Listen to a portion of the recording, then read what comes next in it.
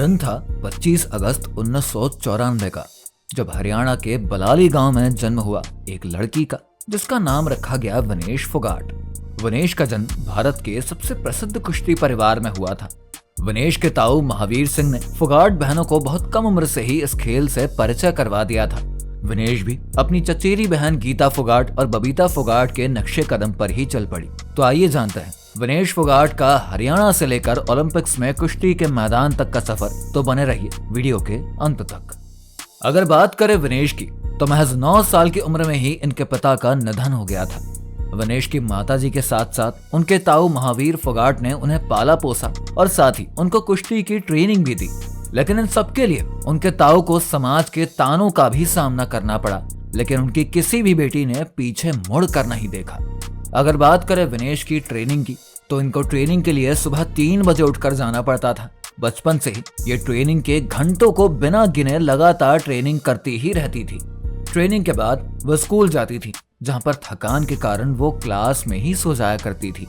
बाल लंबे करने की छूट उनको नहीं थी, क्योंकि विनेश के ताऊ जी का ये मानना था कि लंबे बाल कुश्ती से ध्यान भटकाते हैं। 2014 कॉमनवेल्थ गेम्स में विनेश फोगाट ने अपना पहला इंटरनेशनल खिताब जीत लिया, और जब उन्होंने स्वर्ण पदक जीता तो ओलंपिक्स खेलों में कदम रखने के लिए एक आत्मविश्वास मिला। फिर 2016 में रियो ओलंपिक्स के क्वार्टर फाइनल में जगह बना ली। हालांकि उस दौरान वो पदक जीतने से चूक गई, लेकिन इसके बाद उन्होंने 2018 में राष्ट्र खेलों और एशियाई खेलों में अपनी जगह बनाई और पदक हासिल किया।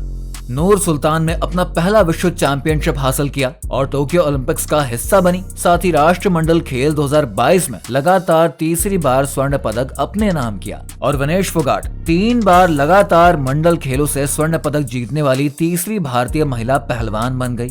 18 जनवरी 2023 में जब विनेश के समेत भारत के कुछ दिग्गज पहलवान दिल्ली के जंतर मंतर पर धरने पर बैठे, तो पूरा देश मानो हिल सा गया। महिला खिलाड़ी ने तब कुश्ती संघ के अध्यक्ष ब्रजभूषण सिंह पर यौन उत्पीड़न का आरोप लगाया था, और आगे अब मामला बढ़ा तो अध्यक्ष को अपनी कुर्सी गंवानी पड़ी। भारतीय कुश्ती संघ में चुनाव का ऐलान हुआ और करीब 21 दिसंबर को संजय सिंह अध्यक्ष चुने गए। इसके बाद जब बारी आई ओलंपिक्स में चयन करने की, तो वहां भी जमकर बवाल हुआ। ऐसे में वुमेन्स को अपना वजन 53 किलोग्राम से घटाकर 50 किलो की कैटेगरी में लाना पड़ा।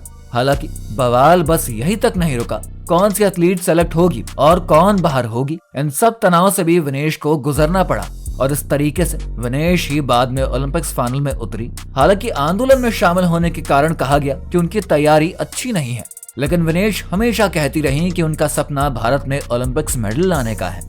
अगर बात करी जाए इस समय की मौजूदा हालत की, तो आज हर टीवी चैनल और यूट्यूब पर बस विनेश का ही नाम छाया हुआ है। विनेश एक ऐसी पहलवान बन गई है जो अपने कुछ ग्राम वजन से ओलंपिक फाइनल्स तक नहीं पहुंच पाई, या फिर ये कह लीजिए कि आज उनकी मेहनत उनकी किस्मत से हार गई। ये वही पहलवान है जिन्होंने पहले ही राउंड में जापान की सुसाकी को हराकर दूसरे राउंड में अपनी जगह बना ली। इसके बाद यूक्रेन और क्यूबा की पहलवानों पर शानदार जीत दर्ज करके फाइनल में अपनी जगह बनाई। अब फाइनल में उनका सामना अमेरिका की सारा से होने वाला था, लेकिन विनेश की लाख कोशिशों के बावजूद भी वो अपना वजन पूरी तरीके से बैलेंस नहीं कर पाई, और मात्र 100 ग्राम वजन ज्यादा होने से आज हमारी भारत की इस महान पहलवान को मेडल से हाथ धोना पड़ गया, जो कि भारत के लिए भी एक बहुत ही बड़ी निराशा है। तो ये थी हमारी आज की वीडियो, जिसमें हमने जाना विनेश फोगाट से जुड़ी कुछ बातों के बारे में। अगर वीडियो पसंद आई है तो उसको लाइक और शेयर करना मत भूलिएगा।